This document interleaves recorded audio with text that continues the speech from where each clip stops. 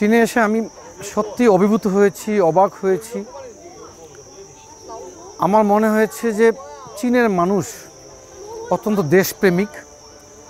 তারা নিজের কথা চিন্তা না করে দেশের জন্য কাজ করে এবং প্রত্যেকেই কী করে দেশকে গোটা বিশ্বের কাছে মাথা উঁচু করে দাঁড় করাতে পারে তার জন্য তারা নিরলসভাবে কাজ করে যায়।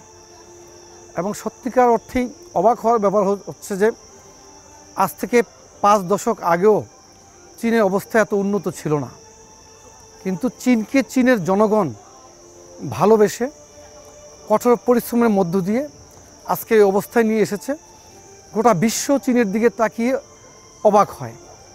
চীনের অবকাঠামোগত উন্নতি, বিশেষ করে ইন্ডাস্ট্রি, বিশেষ করে টেকনোলজিক্যাল যে ইনোভেশন, সর্বোপরি দারিদ্রতা দূরীকরণের ক্ষেত্রে চীনের অবদান উদাহরণ স্থাপন করার মতো। কারণ আজ থেকে অনেক বছর আগে 1978 সালে রিফর্ম অ্যান্ড ওপেনিং অফ যে পলিসি শুরু হয়েছিল, তার মধ্য দিয়ে চীন তার 80 কোটি জনগণকে কৃষি অর্থনীতি থেকে আরম্ভ করে বিশ্বের দ্বিতীয় অর্থনৈতিক সমৃদ্ধ একটি দেশে পরিণত করেছে। অর্থনীতিতে একটি পাওয়ার হাউস তৈরি করেছে। এক্ষেত্রে চীন পৃথিবীর কাছে একটি অনন্য দৃষ্টান্ত স্থাপন করেছে বলে আমি মনে করি। শুধুই কি অর্থনীতি, চীন এই মুহূর্তে আর্টিফিশিয়াল ইন্টেলিজেন্স বলেন, তারপরে কালচার, এডুকেশন, ট্যুরিজম, সব ক্ষেত্রে উন্নতি সাধন করেছে। এবং আমার মনে হয় যে ভবিষ্যতে চীন বিশ্ব অর্থনীতিতে যদি সর্বেসর্বা হয়ে যায়, অবাক হওয়ার কোনো বিষয় থাকবে না। আরেকটি বিষয় হচ্ছে চীন বিদেশি রাষ্ট্রের রাজনীতিতে খুব বেশি ইন্টারফেয়ার করে না, যে কারণে বিদেশের রাষ্ট্রের সাথে চীনের একটি বন্ধুত্বপূর্ণ সম্পর্ক রয়েছে। বিশেষ করে আমাদের বাংলাদেশের সাথে চীনের একটি সম্পর্ক রয়েছে। বাংলাদেশের অর্থনীতিতে চীনের অবদান রয়েছে। বাংলাদেশের অনেক অবকাঠামোগত স্থাপনায় চীন সরাসরি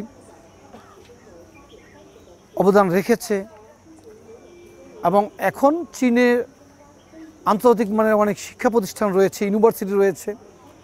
তারা যদি ভবিষ্যতে ক্রস বর্ডার হায়ার এডুকেশন পলিসিতে বাংলাদেশে শিক্ষার খাতে সহায়তা করে, তাহলে বাংলাদেশের ছাত্ররা, বিশেষ করে মেধাবী ছাত্ররা খুব উপকৃত হবে বলে আমি মনে করি।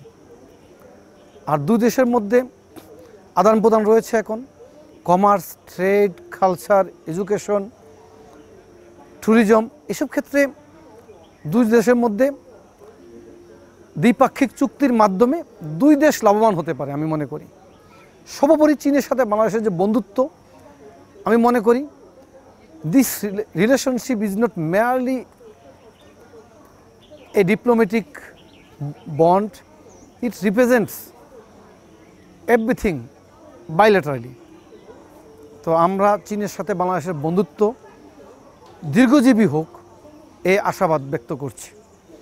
আর চীনের গভর্নমেন্ট এবং বাংলাদেশের চীনের যে এম্বাসি, তারা আজকে চীনে বাংলাদেশের এই প্রতিনিধি দলের এই ভিজিটের যে আয়োজন করেছে, তার জন্য আমার ধন্যবাদ জানাচ্ছি। ভবিষ্যতে এরকমের পারস্পরিক ভিজিট যদি অব্যাহত থাকে, তাহলে দুই দেশ বিভিন্ন ক্ষেত্রে লাভবান হবে। আপনাদেরকে ধন্যবাদ।